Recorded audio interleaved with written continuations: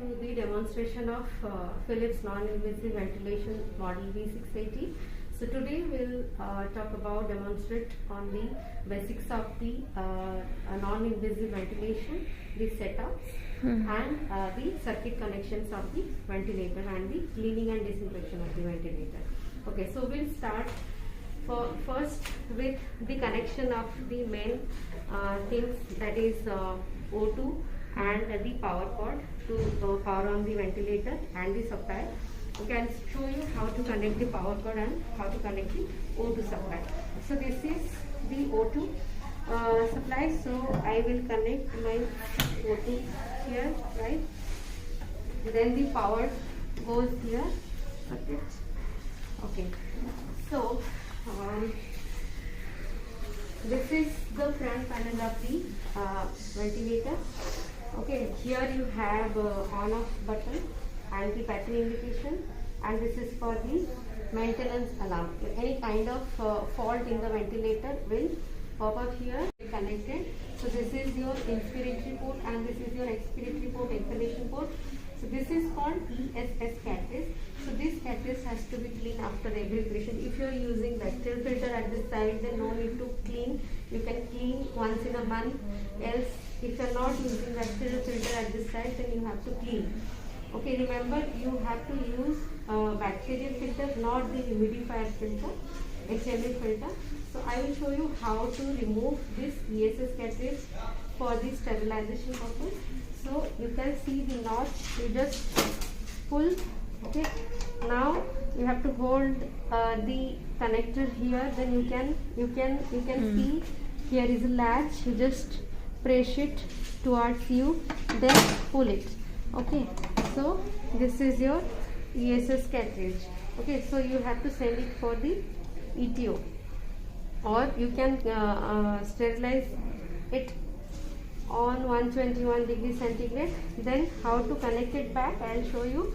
Just place this and just have to place the end side of the ESS cartridge here and push little bit and down. Push and then press down. Now this is connected, and then you have to close it. Close the cover back. If it is open, then your ventilator will not work. So this has to be closed properly, right? So now I will power on the ventilator. How you have to press this on and off button once. So your ventilator is getting on. So you can hear the alarm sounds. As soon as you on the ventilator, so you will see the windows. So here you have resume and new patient. Okay, so to if you select resume, then all your previous settings, all your previous modes will be shown here. Okay, if you select new patient, you will have to do the EST and SST test. EST is for biomedical will do that. SST you have to perform. Okay, I'll show you how. Before that, the dual link circuit which I have currently with me for the V680 non-invasive ventilator. So this is the YP, and here you have your expiration. This is your inspiration side, this is the expiratory side. So you can see the small kind of tube, like your O2 tube is here. This is with this connector. This is called proximal connector.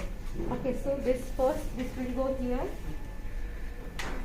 in the small tube. Now you have to connect this end at the inspiration side, and this will go to the expiration ESS cartridge side, right? So this is how I have connected my circuit. You can see image is there. So here you have single limb non-invasive ventilation. This is single limb invasive ventilation. This is dual limb invasive ventilation. Okay, and this ventilator can be used for adult and pediatric both. So now to start with, I will show you you have to select new patient. Okay, after you select, this is your ventilation configuration screen. Okay, so you have to configure before entering into your ventilator screen. So you can see here you have adult more than 20 kg and pediatric is 5 to in between 5 to 20 kg. Okay, this is the category of the patient. You can select like this. Yeah. So here you have circuit type. Okay, you have, as I showed you here, the same thing is here: dual limb NIV, dual limb non-invasive ventilation, single limb invasive ventilation, single limb non-invasive ventilation. So my circuit is dual limb. Okay, so I can use for dual limb invasive ventilation. Okay, so I have selected dual limb and invasive ventilation. So now humidity management, it is asking, okay, if you are using HME filter, then you have to select HME. Whatever the circuit type, I'm not using HME, I'm not using humidifier, so I will select non-heated wire expiratory limb, right? Then it is asking, the fourth one is circuit diameter. What is the diameter of my tube? Mostly for the adult patient it is 22 mm, for the pediatric patient is 15 mm or less maybe, but 22 mm is the default setting for the adult. Now this is asking exhalation port, whether your ESS cartridge is installed or not. Yes, it is installed. If it is not, then it will show no. Now it is asking verify filters, whether your filters are installed or not. Right now I have not installed anything, so by default I can say yes. Now you have to see, you can see accept settings and enter standby mode. If you select it, it is not enabled. You can't enter into the ventilation mode unless you do the SST test.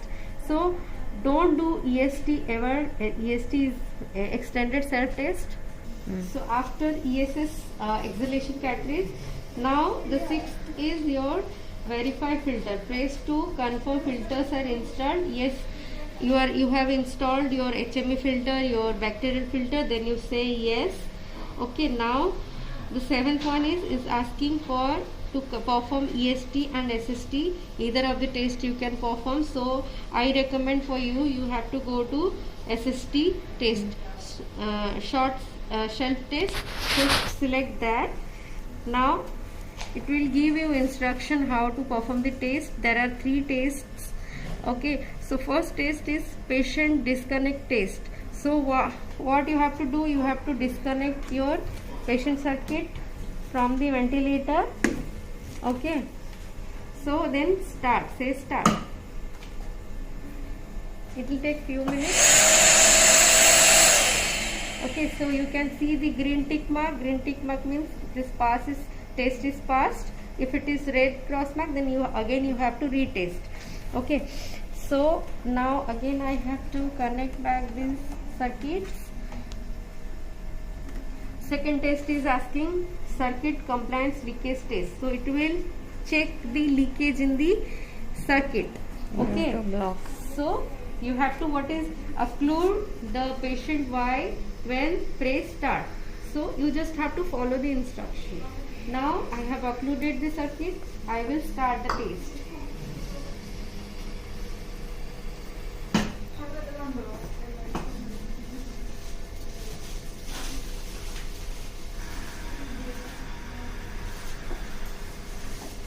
Okay. Now the third test is asking remote alarm test. What is it instructing? Verify that the remote alarm is connected, then press start.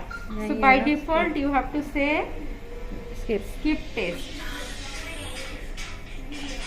Okay, so after this, now you can see self test completed successfully. It is showing here. So then you say exit test. Now your configuration mode has gone. Okay, now this accept settings and enter standby mode is coming. So you have to select this. So after that, this your patient, this has screen has 3 parts. Okay, first one is your measured parameter from the patient. this is the graphical screen. Okay, this is your mode settings. Okay, again see suppose rate I will increase and accept from here also. Okay, this is the alarm settings, a higher alarm. This is for high, this is for low, and this is for, sorry, say suppose this is for higher limit, this is for low limit, and this is for the higher limit. Say accept, and this, here are the different modes. You can select any mode. According to, you have to select the parameters of that respective modes. Okay, now you have menu. So you have brightness, you can increase the brightness and you can decrease the brightness. This is the loudness of the alarm. You can increase and decrease from here. Okay, you can disable also, and you can lock the screen. So lock tha ki unlock tha ye? This is how your screen is locked. To unlock, so press this. Now your screen is unlocked, so you can, whatever changes you can do, you want to do, you can do. Okay, so this is, and here you have the alarm silence button. You can reset the alarm, whatever alarm is here you can reset here, and here is the, like you have low priority alarm, you can pause the alarm.